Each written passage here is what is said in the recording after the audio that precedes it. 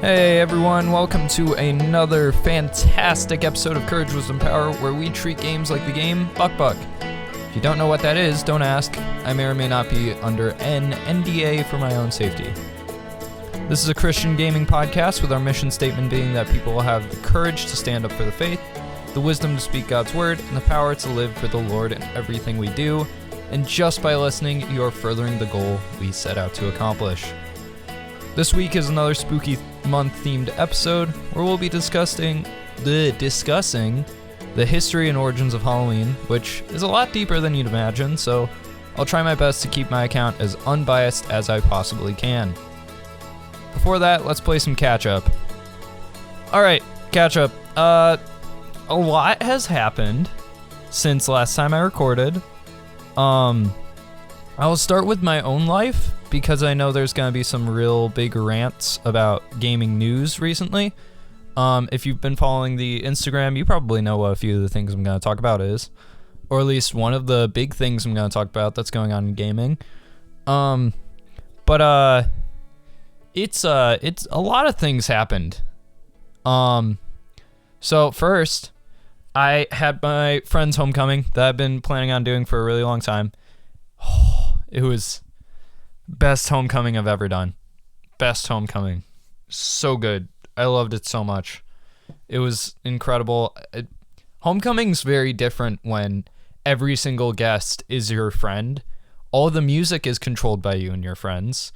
And you can just stop when you feel like it, and then everyone's like, all right, cool, we're done. Like, that's just something you can do, and it's awesome. And I highly recommend that if you ever want to do homecoming at some point and you think, oh, my school's homecoming is too worldly and I'm kind of bored of listening to the same songs over and over and over again, then do your own friend's homecoming. You will not regret it. It is an incredible experience. So I played a game that I've been meaning to play for a while now, but I didn't really get that far into it. I haven't even beaten the first area because I got a bit sleepy when I was playing. I had to go sleep because it was kind of late at night, kind of. But it is Max Payne, which, if you don't know what Max Payne is, it is one of the earlier projects from Rockstar, the devs behind GTA. It's one of their first projects that wasn't like a shovelware game or GTA, and it's it was the first like big project by the studio we now know for Hitman and Control, and wait, did they do Hitman, the new one? I think they did. Control and Alan Wake, and that's Remedy. And Mad Max is a very interesting game. It leans very heavily into that like Y2K action style of like The Matrix and all that stuff. Like it leans heavily into the Matrix action style. Or like the Punisher movies from back then. Like, yeah, it's very Y2K. But I really like it so far. It's interesting. I don't know. It's got really conflicting tones. Like there will be like his tragic backstory in this scene, and then the next is like goofy action movie stuff. Like I don't really know what the tone of the game is supposed to be, but it's fine. It's fun, and that's all that matters. I'm really liking it so far. I'll check in more, but I've been playing a lot more Ghost Recon. I'm starting to like it a lot more. Like I started actually interacting with the skill tree side of things, and I beat like a big chunk of the map. Like it's not separated into like levels. It's like each like continent has like a bunch of missions that have to do with like one cartel leader. Like I really like how they formatted it, because it's like what Far Cry 5 tried to do, but they actually accomplish it. And don't rip you out of the game to tell you story stuff every now and then. And it's just like each like region of the map has like a bunch of missions, and you can go to like whatever region you want. It's they each have their own like different difficulties. So there's like a recommended order to them, but you don't have to follow it. And so I cleared a region. It was very satisfying, very fun. I'm starting to like the controls a lot more, especially since I started interacting with the skill tree. It's fixing a lot of the problems I had first time around. So I'm really liking it now. I would be willing to recommend this to someone if they found it on sale. Like it's pretty good turn your brain off game. Honestly, it's a really good turn your brain off game. It takes like an hour or so to get into it, but like once you know what you're doing, it's good. It's good. It's fun. And like I just did a mission that was like really, really fun and like really exciting, really action packed. Like if it was an episode of SEAL Team, it would be like one of my favorite episodes. And it was like I had to sneak into like one of the main enemy bases in the area, and what was being held there is the boss's like the head of that gang's car, which is like a Ferrari. And so what I did was I switched over to the sniper rifle, which I had just gotten from like the last boss I fought, or at least like I got it, like I picked it up at some point during that. I don't remember when. And I went up into a tall tower nearby, sniped most of the guys, and then I ran in, grabbed the Ferrari, drove away, and it was super awesome. Super awesome gaming experience. I'm probably not gonna forget that for a while. And then yeah, it's pretty fun. I might try and convince some of my friends if they want to play it. Like I might convince them to go buy a copy for like cheap somewhere. Or like I know one of my friends has Game Pass, so I'll ask him if it's on Game Pass and if it is, if he wants to play it. And that'll be fun. If they say yes, it'll be fun. Next up, we talk about news in gaming, which we haven't done in a while. Because some big stuff gaming-wise happened, especially like big gaming stuff that like affects most gamers. First off, we're gonna talk about the Minecraft Live stuff. So if you've been following the account, I have had a very clear stance on this. So the Minecraft Live, the update that we're told about is very interesting. I'll say that. It is very interesting. Like, what are some of the things that were in it? There's like dungeons now, like full dungeons that you can explore. What else is there? There's like a full dungeon you can explore. There's some other stuff they added. I'm trying to think. What did they add? Auto crafter, like an auto crafting item. Like that's kind of awesome. And then what was another thing? Like an auto crafting item. There was something else.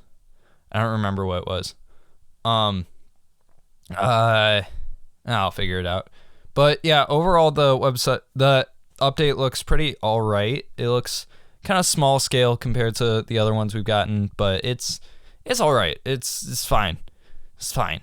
Let's hope this one doesn't get needlessly split into 2 or 3 different updates along the way, because that was kind of dumb. Why'd you do that, Mojang? And I haven't played Minecraft in a while, so it didn't really affect me that much. But now we talk about the controversial part of it, the mob vote. So, if you have not been following Minecraft in a very, very, very long time, for the last few updates, not last few, for a while now, they've been doing mob votes for each of their updates, which a mob vote is like, they give you 3 options for mobs, and then you vote on which one is going to be added. Originally it was which one is going to be added first. Like, they'll add the most popular one first, and then the other ones later. And they never went through with that. They only went for the voted ones.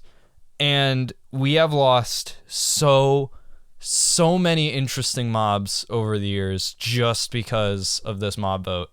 A very notable mob vote was like that is like one of the things that spurred this conversation of ending the mob vote is a few updates back there was the glow squid, like a cow with like flowers on it, and the ice liger, which was like a new hostile mob that was like one of the Vindicators, only he shot ice and lived in the ice biomes, and it was really cool looking. We got the glow squid because Dream said he wanted it. And that hurt because it was honestly the least useful mob in that whole vote. And it's just Mojang, like the main thing people are trying to say in like support of end the mob vote, which was massive by the way, and still is, like the amount of people boycotting Minecraft right now, it is insane. Like I'm proud of the Minecraft community for finally speaking out about this. We have lost so many good mobs over the years that Mojang could easily add into the game.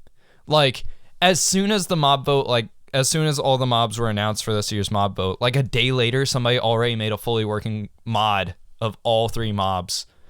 And like, what if one person can do that, what is so difficult, Mojang? Like what do your workers do? What do they do? Like you are owned by Microsoft.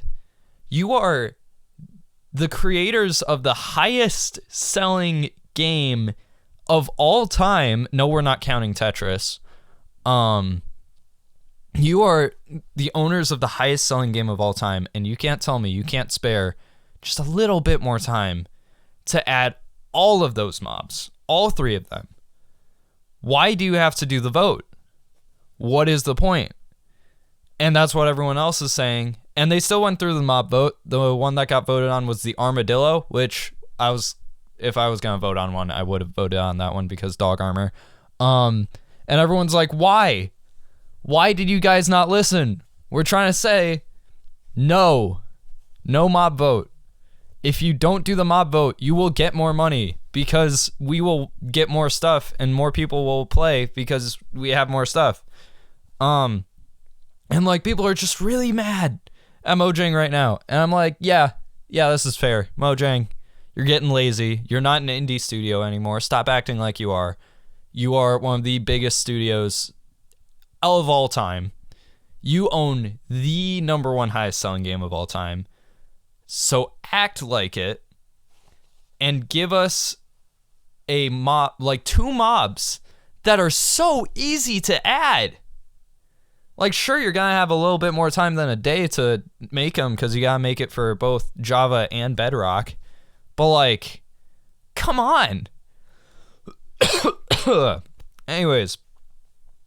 Yeah, so, yeah, boycott the mob vote. Even though it still went through, we're still going to boycott it. I wasn't playing Minecraft recently at all anyways. It's been a while since I played, so this isn't much a sacrifice for me. But I know it is a sacrifice for a lot of you.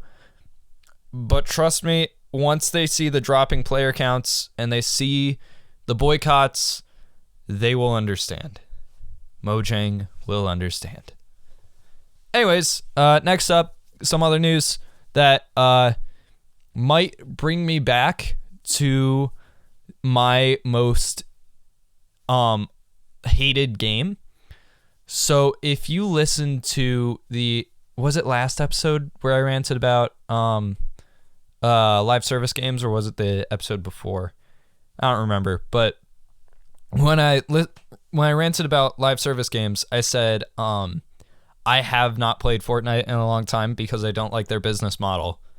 And also, like, I'm just like all the other veterans of Fortnite where I'm like, yeah, it's not the same. The game is not the same. It's a completely different game now. It's not fun anymore.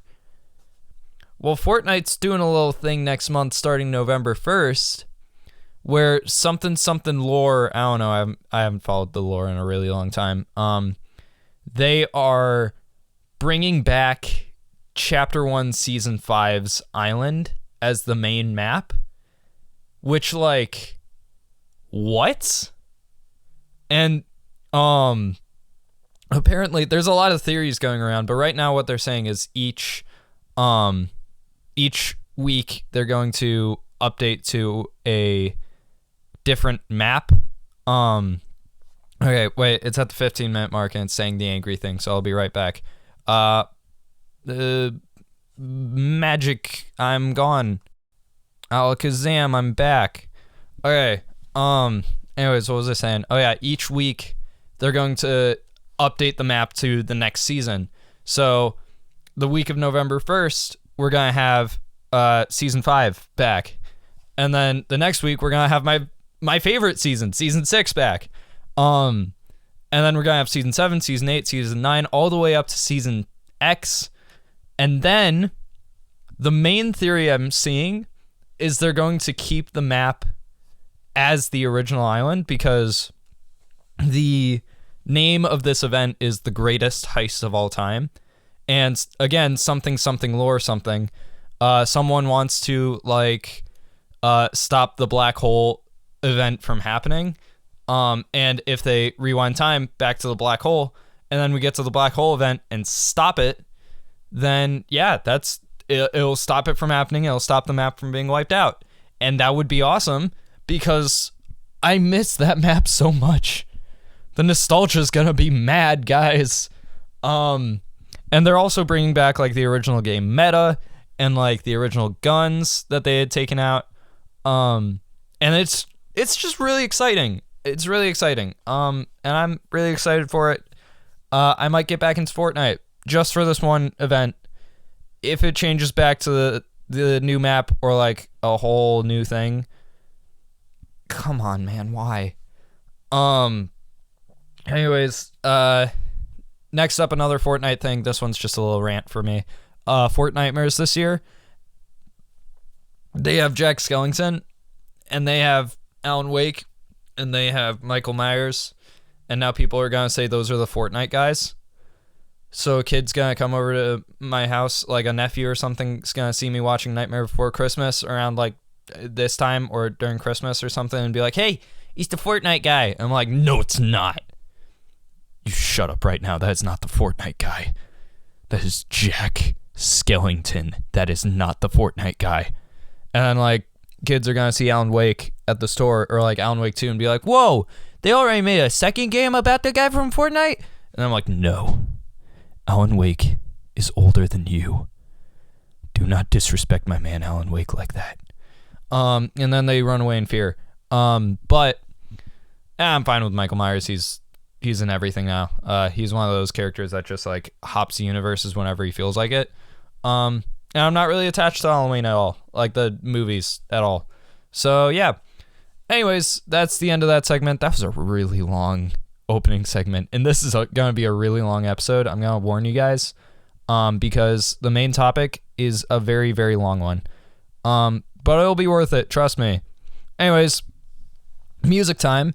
It's about time I have a name for it. I'm gonna call it, drum roll please. I am doing this with one hand because I am holding my mic with the other one. Songs from a Nightingale. Woo, yeah, confetti noises. Anyways, Songs from a Nightingale is the new name for the music segment. Today's song is Page by Page by Seth Carpenter. It's about trusting the Lord through all good and all bad. I think it's a beautiful song, and I hope you enjoy it. I'll be right back.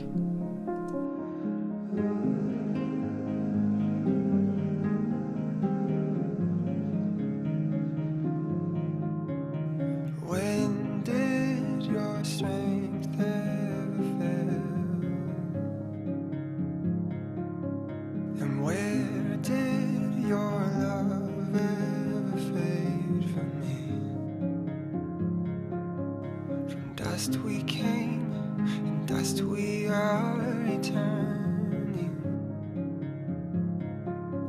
So why, my soul, would you try to control the journey? I will trust you page by page. What is faith without a little pain? When the road runs dry and I don't know what I'll just a chapter.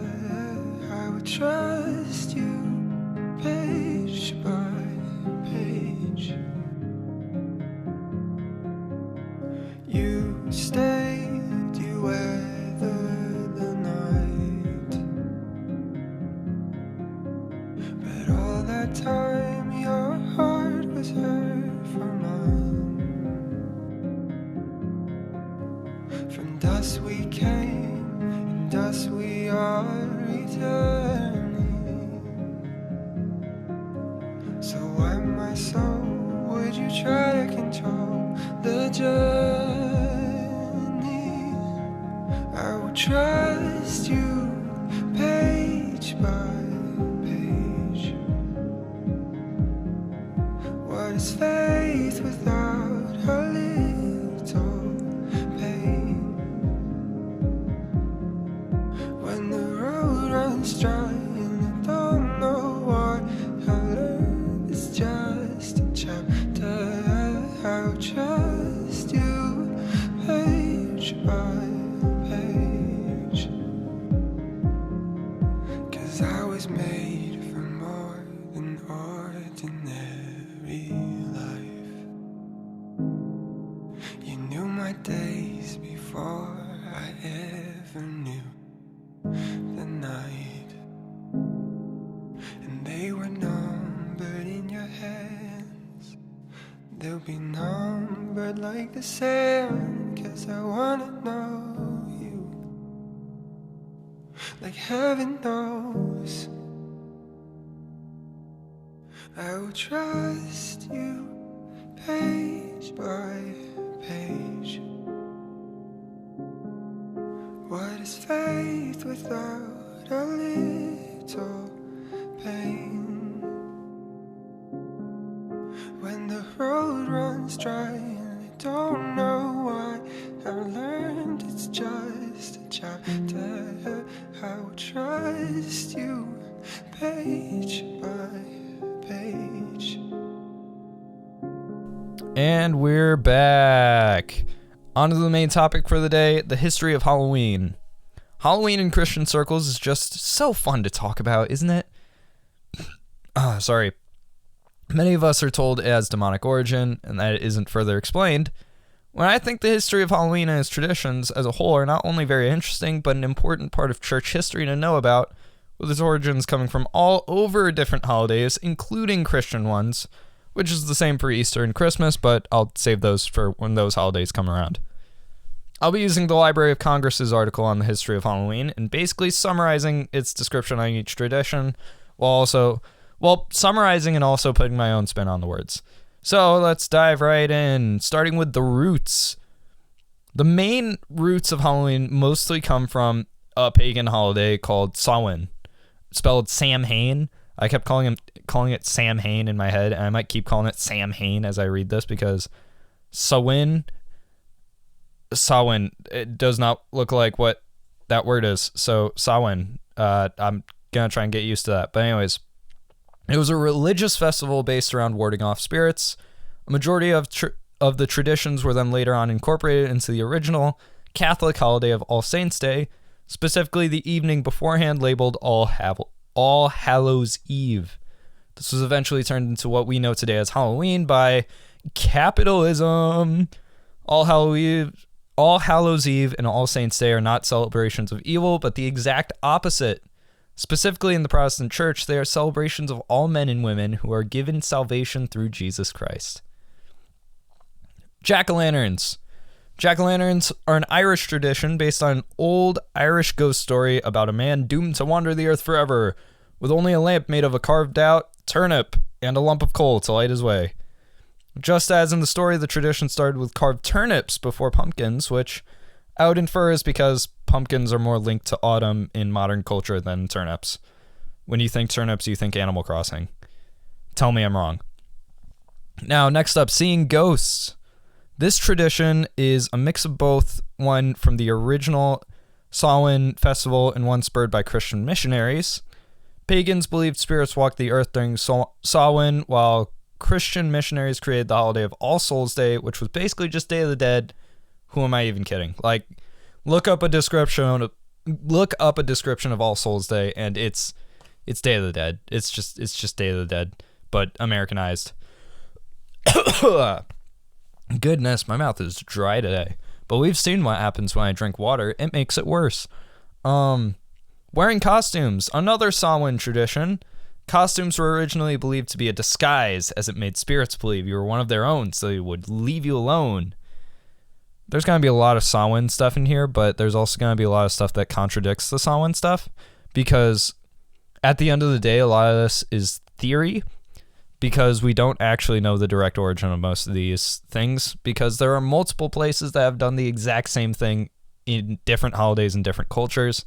So Samhain's just a best guess for most of these things, but there's a lot of things that it could also be. Like, for instance, with trick or treat, there are three main theories to how trick or treating started. The first one is from Samhain, where Celtic people would leave treats for spirits at the doorway, which led to people dressing up as them to get free treats. The second is that it stems from a Scottish practice called guising. Here's the direct quote from the Library of Congress's article on the subject, because I could not figure out how to summarize it on my own. During the Middle Ages, generally children and poor adults would collect food and money from local homes in return for prayers for the dead on All Souls Day. Guisers dropped the prayers in favor of non-religious practices with the inclusion of songs, jokes, and other tricks.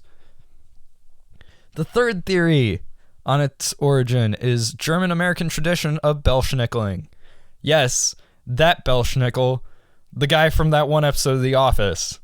If you haven't seen that episode, it basically revolved around Dwight wanting to do Christmas like his family did, which had to do with a kind of racist Santa counterpart that would either give gifts or whip you based on how impish or admirable you were that year.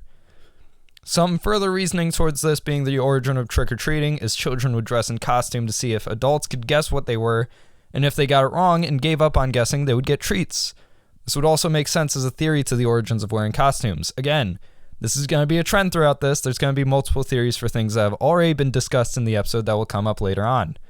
The truth is, Halloween is a holiday with so much history, we don't know what pulled from what in most cases. Next up, black cats. This is a pretty nailed down origin.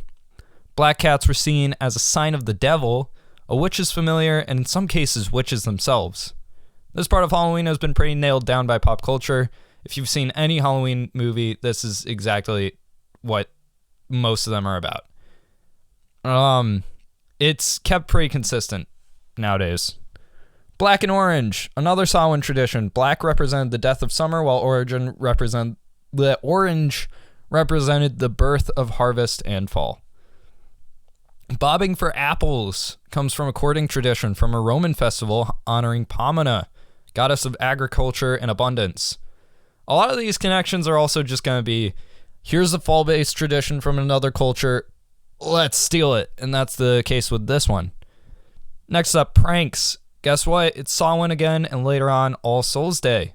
The tradition of Mischief Night, as it's known with All Souls Day, or Devil's Night, as it's known with Samhain, as it was originally called, is usually credited as the origin of pranks during Halloween. Candles and bonfires. Bonfires and later candles were used as a way to guide spirits to the afterlife during Samhain. Candy apples. Ooh, okay, this is a fun one. Wait. It's most commonly believed that these were an accidental invention by candy maker from New Jersey, William W. Kolb. He had designed a new cinnamon candy syrup and wanted to display it, so he dipped apples on sticks into it so he could put them in the shop windows and showcase the new candy. Turns out people wanted to buy it, apples and all. And that's why we have candy apples. Thank that guy for a really weird display choice, but yeah, anyways. Next up, bats. The bonfires that were lit during Samhain attracted bugs, which then attracted bats. Seeing bats became a part of the festival, with medieval folklore adding traditions and superstitions on top of it, relating bats to symbols of death. Eating tons of candy. Treats didn't start out as candy with Halloween. They started as other assorted food items like nuts, coins, and toys. In the 50s, when trick-or-treating started becoming a big thing in America, candy companies began marketing fun-sized, individually wrapped candy to be used as treats, and it stuck. So, drowning yourself in candy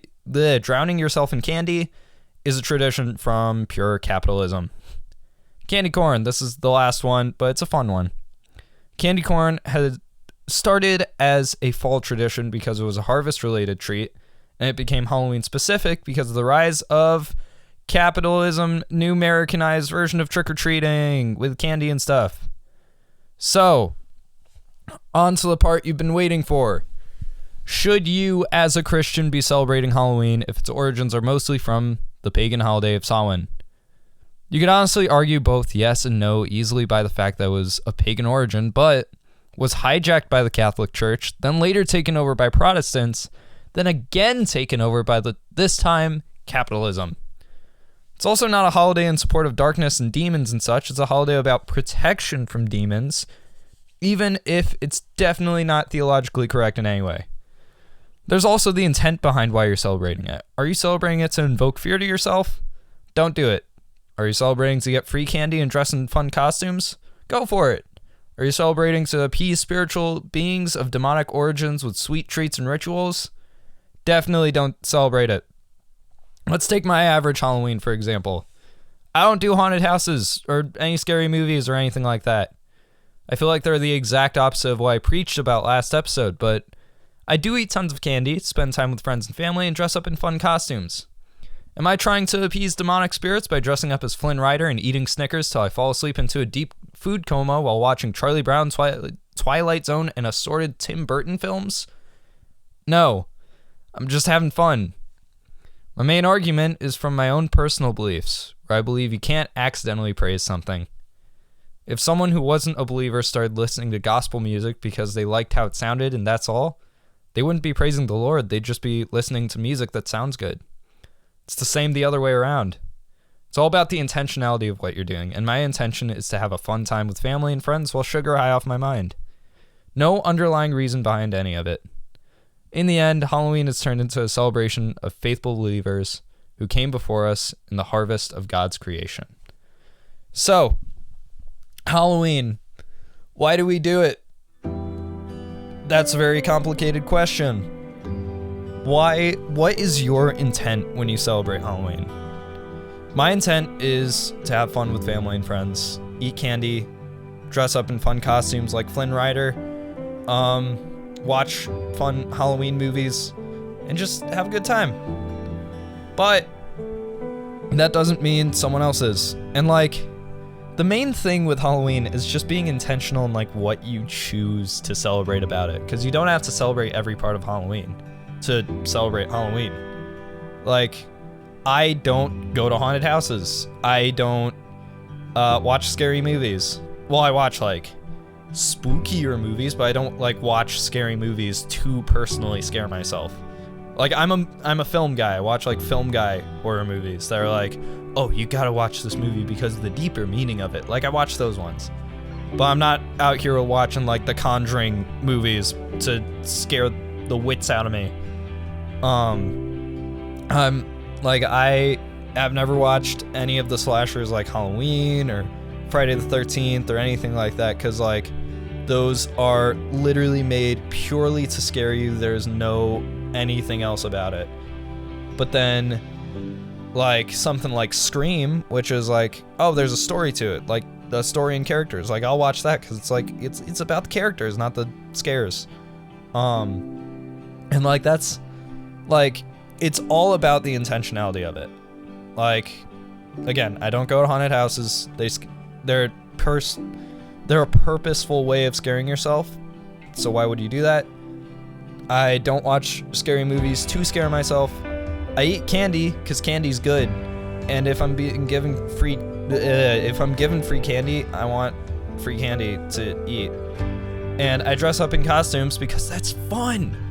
It's fun to dress up in costumes. I love dressing up in costumes. Sure, the cosplay community can be cringe a lot of the time, but sometimes it's just another art form. And I love me good art forms because, ooh boy, can people make some awesome stuff. And I want to support that. I want to support people making awesome stuff. And yeah, my feelings on Halloween are just, I have fun. I don't celebrate Halloween to appease any spirits. or anything like that. I don't celebrate Halloween to scare the wits out of me. I celebrate Halloween as a time to spend with my family and to celebrate the harvest, because the harvest is a wonderful thing that we do. And then like doing the research of this and learning what All Saints Day actually means, I got pointed out to the fact that in Protestant culture, what is described as a saint is basically just someone who is saved, like someone who has gained the salvation of Christ. So in that end, if you're gonna celebrate All Hallows Eve and All Saints Day as a Protestant, what you're celebrating is the people who were saved by Christ beforehand and now and in the future. Everyone who has ever gained salvation, we are celebrating. We're celebrating the salvation of all these people. It's just like Christmas, where like Christmas is a celebration of the birth of Jesus. Like Halloween is a celebration of everyone and like a reminder of like the amount of people who've been led to salvation through Christ. And that's incredible. That is an incredible thing to celebrate. Even if most people don't know that's actually what it's about, it's still an incredible thing to celebrate, and I'll support that. I won't support demon worshiping, but I'll support the celebration of salvation. Anyways, that's the end of that. Thank you so much for listening. This was a really fun episode to do research about. I learned a lot. I had some conviction, some really fun conviction, but in the end I realized what I'm doing is pleasing to the Lord, and that's all that matters. I'm not displeasing the Lord with my choices, and that's awesome. That is exactly what I live on this earth to do, to please the Lord. So yeah, follow the Instagram. We got a lot of fun stuff going on over there. Apparently the Discord is broken, and that's why nobody's been on it. I was told that by a friend of mine.